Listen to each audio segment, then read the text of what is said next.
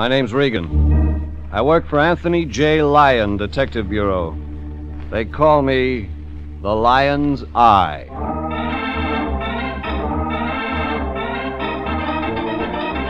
Jeff Regan, Investigator, starring Paul DeBoff as Regan with Frank Nelson as Anthony J. Lyon. So stand by for mystery, suspense, and adventure in tonight's transcribed story, This May Hurt Just a Little.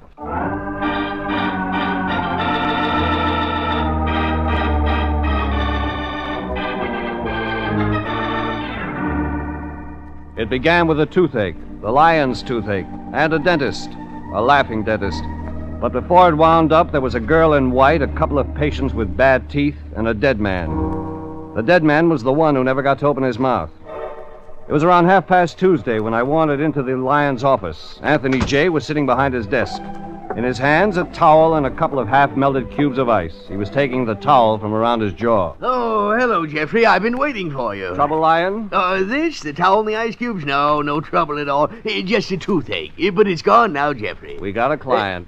Why, yes, Jeffrey. Just what I was going to say. Okay, out with it. Well, you see, I was feeling under the weather, the bicuspid acting up again, and so, well, I called a dentist. And that's when the toothache began to get better. No, in fact, it was terrible. I was suffering the tortures of the damned. Well, Jeffrey, I finally got in touch with this man, Dr. Beauregard. Beauregard? Yes, Jeffrey. Jolly Charlie Beauregard, easy credit terms? No money down, Jeffrey. Oh, no. Well, Jeffrey, business hasn't been going well. Remember, our last fee turned out to be stolen money, and then there was the rent. Okay, Lion, get on with it. You called Jolly Charlie Beauregard, the friendly credit dentist, and he said what? Well, that's what's so remarkable, Jeffrey. When I said I was president of the Lion Detective Agency, he said, could I send a man right over? And you said it was your tooth. Yes. No! I said, of course, Dr. Beauregard, right away. And he said it was important, but he'd rather not talk about it over the phone. It had something to do with $100,000. That's when you got rid of your toothache. Oh, well, Jeffrey, think of it. $100,000. To have a toothache when a man's discussing something like that is sacrilege. Okay, Fatso. I'll go see Jolly Charlie Beauregard. Yes. One more thing, Jeffrey. While you're there, open up a charge account, just in case. The Lion got out a pad and pencil and started calculating how many teeth you could have filled for $100,000. I headed for the main office of the Friendly Credit Dentist. It was on Broadway, in a building old before the invention of dental floss, and Jolly Charlie had a suite on the second floor. In case you didn't catch the number in the building directory, 5 neon signs told you to come right up and it wouldn't cost you a nickel. The last neon sign showed a smiling character waving what looked like forceps with the word welcome flashing on and off. I checked the gold in my fillings and walked in. Won't you be seated, sir? The doctor will be right with you. She was blonde and soft and smooth and slender, and she smiled once. A long, lingering, help me make up my mind for me smile, and the total effect was like a shot of Novocaine between the eyes. She drifted out, and I sat down and thought about it. I was still thinking about it 10 minutes later when she came back out. Do you have an appointment, sir? No, but the doctor's expecting me. May I have your name, please? Jeff Regan. And may I ask who referred you to us? With all those neon signs? Please, I do need the information for my record. Tell him Mr. Lyon referred me. He'll know. Mr. Lyon? Like in Zoo, only with a Y. Thank you. Mr. 2 minutes after that, Jolly Charlie himself came out. Well, Mr. Regan, do come right in. I have everything ready for you. Yes, sir. Just step this way and we'll get right down to business. After you, Mr. Regan. Just sit right down here, Mr. Regan. It'll only take a minute. Just a minute. Nothing to worry about, Mr. Regan. We use the very latest methods here. Filling is a very simple thing here. There. Hey, Doc, you got the wrong idea. Now, just sit still. This is going to hurt. Look, Just Doc. a little. Look, Doc. Look. You may close the door, Miss King. Yes, Listen, Doc. Listen here, you... No, Mr. Regan. We have to take every precaution, don't we? We don't want Miss King to know you aren't a patient, do we? Of course we don't. Every private detective must travel in a cloak of secrecy. I know. This has got nothing to do with my teeth. Oh, I know that, Mr. Regan. You're the lion's eye. I talked to your boss only this morning. In fact, he called me. Isn't that a coincidence? Of course it is. You always answer your own questions? Now, here's the case. You're going to be interested because it's a very interesting case. Of course you are. You see, Mr. Regan, I'm being sued for $100,000, and that's a lot of money. Of course it is. I mean, sure. This sure. young man is suing me for damaging his mouth. He's a singer. He claims he can't sing anymore because of some work I did on him. But he hasn't got a case. On the contrary, he's got a wonderful case. But I just can't afford to pay him $100,000. Where do I fit in? Well, it's like this. I did do some work on a young man, but I don't think I did what he says I did. Is that clear? Sure, Now, I remember a couple of fillings, a little bridge work, cleaning job, but no extractions, no surgery. That's the part that puzzles me. Go on, Charlie. That's all. I'm stuck. Unless, of course, you visit this young man and straighten him out on a few things. Wait a minute. You want me to strong arm for you? That it? Well, not exactly. I simply feel the young man is lying about something, and I want you to get him to say so. Wrong guy, laughing boy. Hire yourself a gunsel, not me. Now, Mr. Regan, don't get excited. I'm going to give you an open field. You handle it any way you like. Just talk to this boy and see what he's up to. If you don't want to go any further after that, just come to me, say so. No obligations. Now, isn't that fair enough? Of course it is. What's his name? Robert Warner. He lives in Hollywood. I have all the data in my records. And, Mr. Regan, for merely talking to this young man, I'll pay a fee of $100. A nice fee. Of course it is. Of course. If, in your opinion, Robert Warner's an honest man, the case closed. I'll simply have to make the best settlement I can. Can't afford the bad publicity, you understand. Yeah, I understand. Well, call me when you get anything. Well, now that wasn't bad at all, was it, Regan? Jolly Charlie gives the patient quick, sure attention. Yeah, thanks, Doctor. Oh, just one more thing, Mr. Regan. Yes? You will be on time for your next appointment. Good day. Robert Warner, the man who was suing Jolly Charlie, turned out to be just off Gower and Franklin. Big house sliced up into 4 apartments. His was ground floor left, and I rang.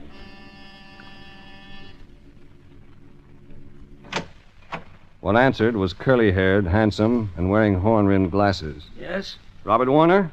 that's correct. Who's calling, may I ask? Jeff Regan. You got a minute? Excuse me. It's important, sir. It is. Dr. Beauregard sent me. What? Beauregard. You'd better leave. No, wait a minute. I'm not his lawyer. Better get out, Mr. Regan. In.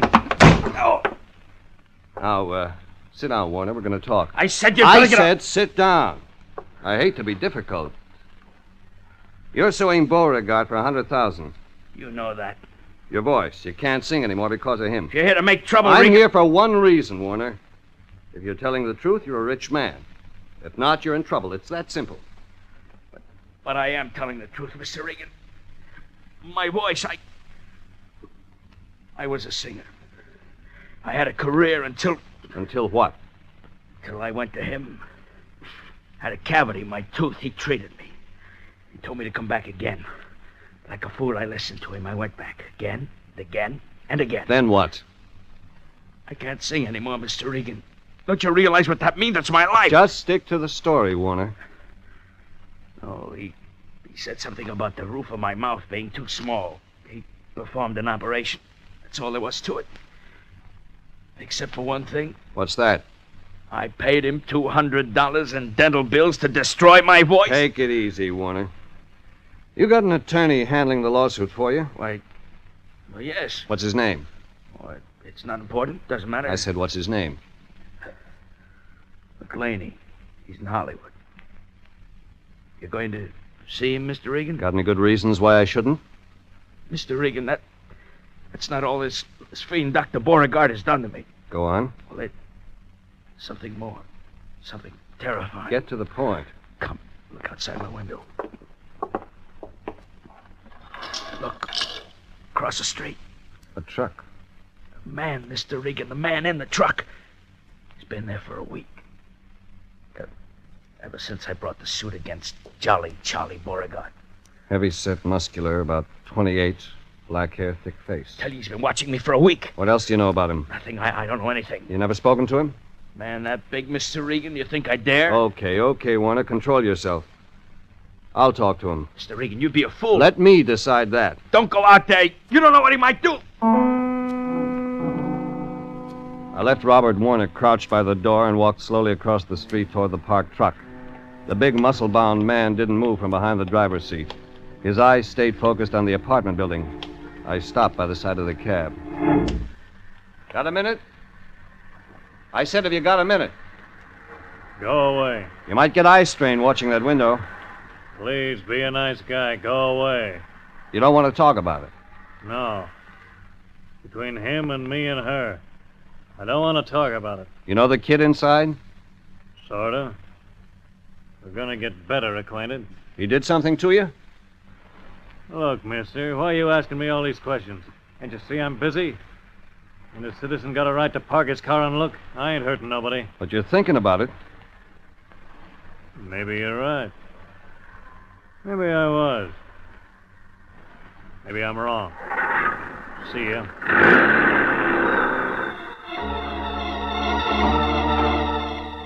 The man behind the wheel of the truck didn't look back. He swung the thing around the corner, and on the back was painted Mills Lumberyard. I made a note of that and got in my car. Next stop, the law office of a man named McClaney, Hollywood.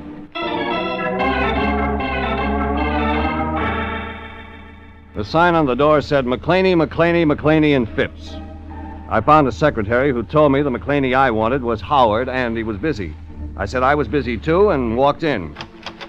The secretary was right. Howard McClaney was busy. When I walked in, he was just starting on a new case. Well, come in. You're just in time for the party. What party? Yours and mine, of course. Here. Thanks. Tell me, friend, what do you say? My name's Regan, for a starter. Oh, that's good. I'm Howard. Eddie's a woman-chasing brother, and Sam, he handles income taxes. What does Phipps do? He's a reformed mortician.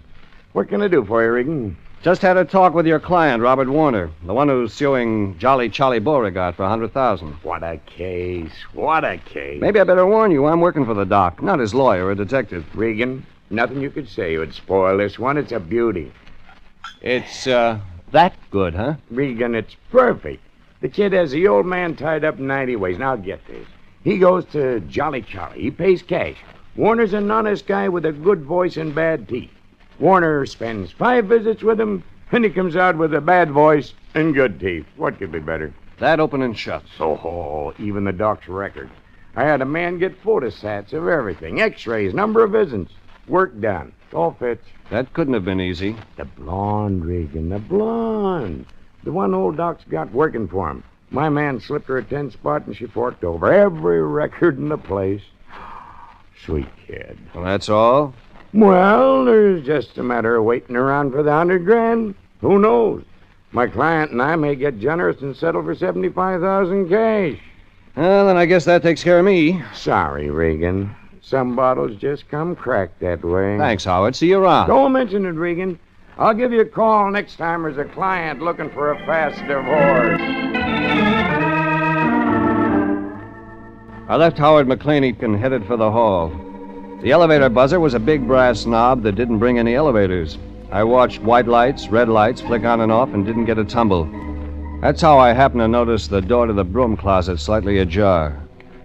That's how I happened to see the tips of 3 fingers sticking out and how I happened to move over to the door to the broom closet and take a look.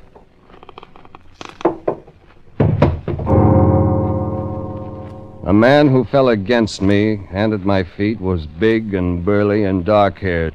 He was the truck driver who'd been tailing Robert Warner. Dead.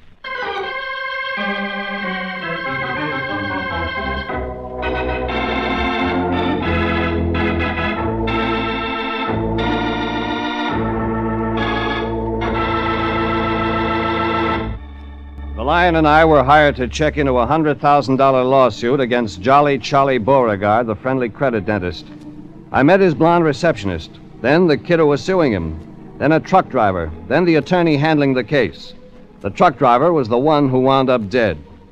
I called Lieutenant Bowles at Hollywood Division and waited for him to come keep me company with the corpse.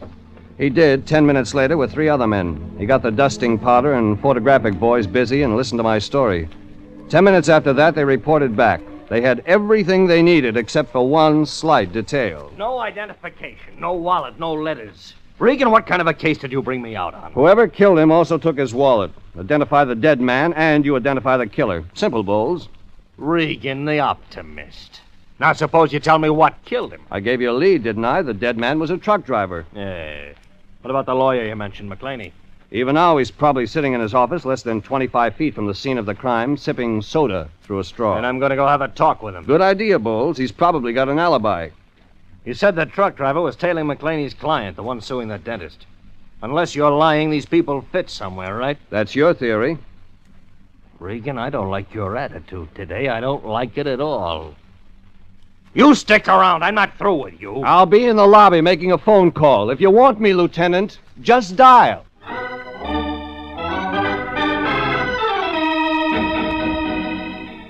That's the way it was with Bowles, the friendly type.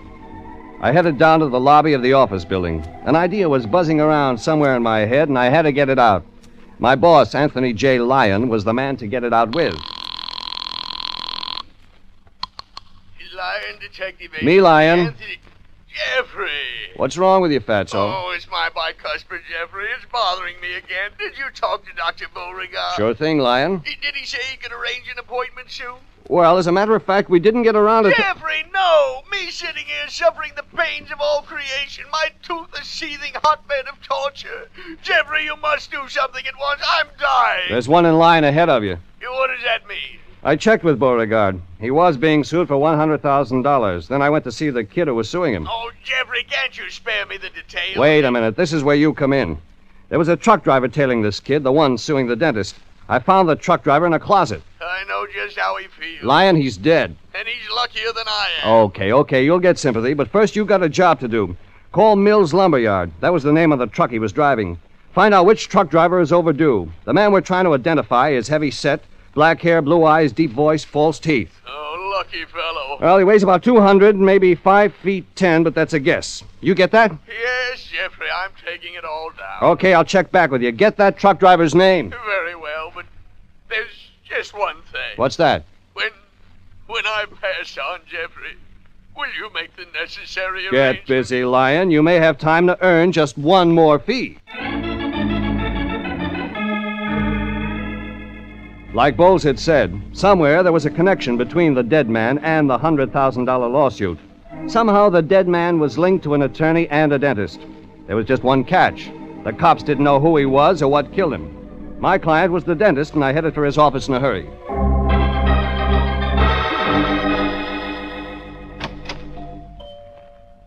Oh, Mr. Regan. Did you have another appointment this afternoon? This one's ad lib. The doctor in? Well, Dr. Beauregard is busy with a patient. But then if you don't mind waiting, perhaps we might squeeze you in. You don't have to ask me twice. Mr. Regan.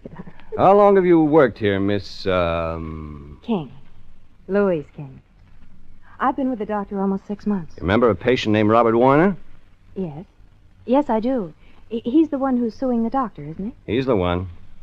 Tell me, Louise, how many times did Warner visit Beauregard?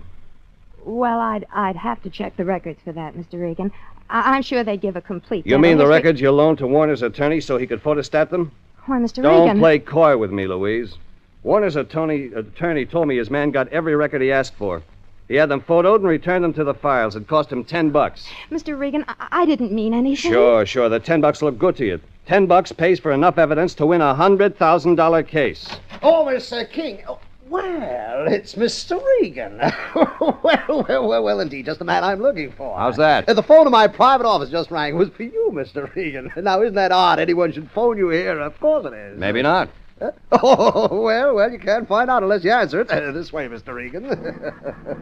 I followed Beauregard to the phone. It was the Lion. He'd found out plenty from Mills Lumberyard. The dead man's name was Jack Matson. He'd been working for him less than a week. Originally came from a little town in New Mexico, Three Wells, population 360. But that wasn't all the Lion had to say. Lieutenant Bowles had phoned him and said he wanted me down at the morgue to identify the body. I hung up and called Bowles. He gave me plenty to think about. The autopsy showed Jack Matson, the truck driver, had died of arsenic poisoning. Oh, I hope it wasn't bad news, Mr. Regan. In a way, Doc. It was the police. The police? Oh, dear. No. That is bad news, isn't it? They want us down at headquarters. All of us. All of us? You and me and your assistant, Miss King. But, Mr. Regan, I have patients waiting. The I police, just can't Dr. Beauregard. Yes, of course. I'll get my coat. And tell Miss King to get hers. Yes, Mr. Regan. Oh, one more thing, Doc. While you're doing that, you mind if I look through your files? My files? Well, no, Mr. Regan. You go right ahead. Beauregard hurried off to the next room. I heard him telling Louise King to get her coat. That gave me time to dig through the doctor's files, his personal files. I found something and checked it against a wall map of the USA. I needed one thing more. It was a thick and official-looking book, and I checked the index in the back for the letter A. It fit. Every piece of it, and I had the answer. Less than half an hour later, Doc Beauregard and Louise King and I met Lieutenant Bowles in the morgue. With him was Howard McClaney, the attorney, and Robert Warner, the complainant. It was a nice group study, especially when you considered one of them was a murderer. All right. Called you people here to identify a body. Man was murdered less than 2 hours ago, and it's my hunch that one of you, if not all of you, know this man. Harry? Yeah, Lieutenant. Show him. Okay, Lieutenant.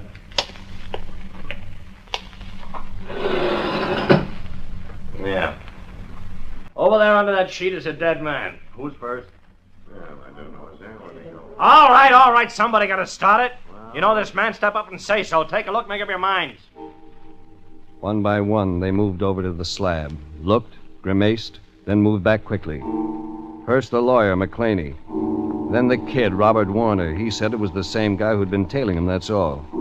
Then Louise King, the dentist's assistant. Then Jolly Charlie Beauregard. It was the first time I'd seen the doc without a smile. Then Bowles turned to me. Okay, Regan, you're next. I found him, remember? Take a look, just to be sure. Okay.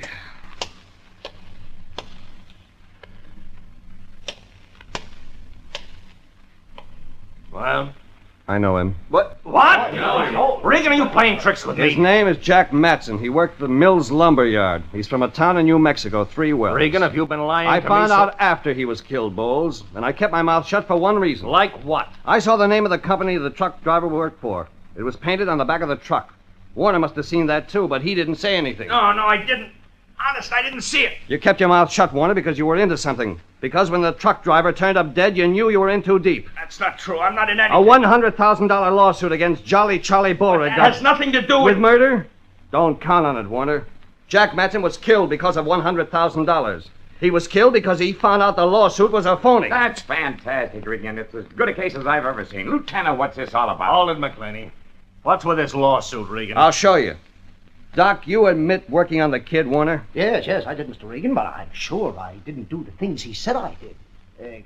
Except that your records show otherwise. Your records show you did perform oral surgery, and you can't prove you didn't.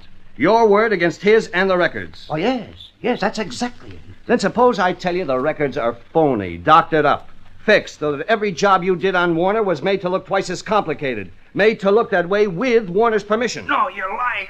I didn't kill that man. I didn't. I didn't say that, Warner. But you have an idea who did. Our little girl named Louise King. You can't prove that, Regan. Regan, you making charges? Have a little patience, Bowles. Jack Matson was from 3 wells, New Mexico. Dr. Beauregard's personal files show his employee, Louise King, is from Trumbull, New Mexico. I checked that on a map in the doc's office. The 2 towns are less than 30 miles apart. That doesn't prove anything. Go on, Regan. Jack Matson was Louise King's hometown boyfriend. When I talked to Matson in front of Warner's house, he said, it's between him and me and her. It didn't mean anything at the time. The her was Louise King. No. I never heard of him before. He came to Los Angeles to see his girl. He thought she was two-timing him with Robert Warner. So he tailed Warner and tumbled to her lawsuit gimmick. When he decided to go to Warner's attorney and tell him the truth, Louise King killed him. He's lying, Lieutenant. You had access to Beauregard's supply of arsenic. It's used to kill the nerves in the tooth. I checked that.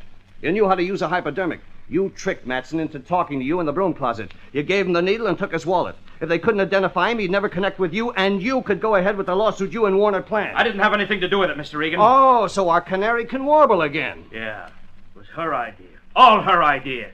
She told me she could fix the records. All I'd have to do is quit singing, say my voice was ruined. Shut up! She said I'd get $50,000 that way. It seemed so easy. Easy. It was perfect. If Jack Matson, a nice guy looking for his girl, hadn't walked into it. Matson was fool enough to be in love with Louise King. Get away from me! Miss King! You won't touch me! I won't let you touch me! Mr. Regan, stop her. She's got a hypodermic needle. A hypodermic needle? Drop it, Miss King! Drop it! Doc, come back here! Let go of me! Yeah, that's enough, lady! Oh, she tried to kill me. Do you see that? She tried to kill me. Oh, Doc, you're okay. She was going to kill me with that needle all along. Oh, no, Doc, not you. She wasn't trying to defend herself against 5 men with a hypodermic needle. She was trying to save the state the cost of gas.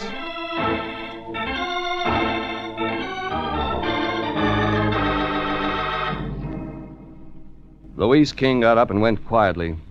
Robert Warner wasn't far behind her, but at least he could count on seeing daylight sooner than she would. Doc Beauregard and the attorney Howard McClaney and I went up to the doc's office for a drink. McClaney left about 6, but the doc kept me cornered with stories of bravery above and beyond the call of dentistry until close to 7. That's when the door to Doc's private office burst open. So here you are, you scoundrel. Anthony J. Regan, you dirty rat. Me waiting back at the office alone with my aching bicuspid and you just sitting here. I might have known you wouldn't do anything about my tooth. Doc, this is my boss, Anthony J. Lyon. Lyon Doc Beauregard, the friendly credit dentist. No money down. I'm pleased to meet you, Mr. Lyon. I've heard a lot of nice things about your bicuspid. You what? I've been telling the doc how you suffer. He's interested in your case. Really, Jeffrey?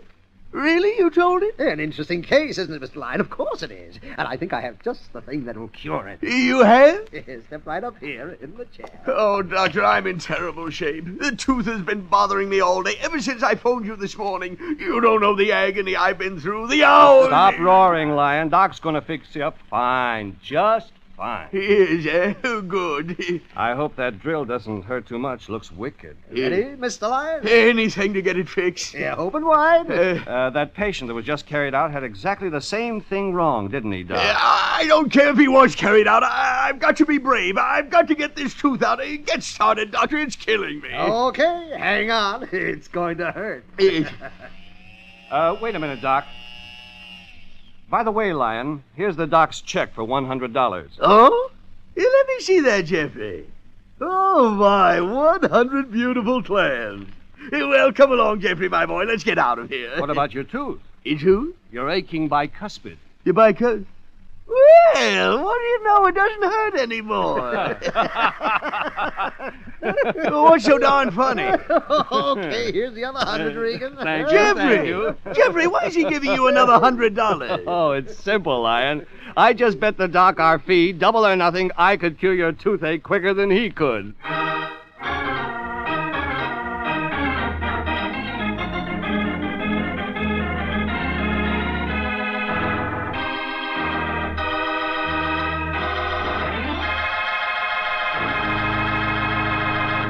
Jeff Regan, Investigator, is written by William Frug, produced and directed by Sterling Tracy, and stars Paul Dubov as Regan, with Frank Nelson as Anthony J. Lyon.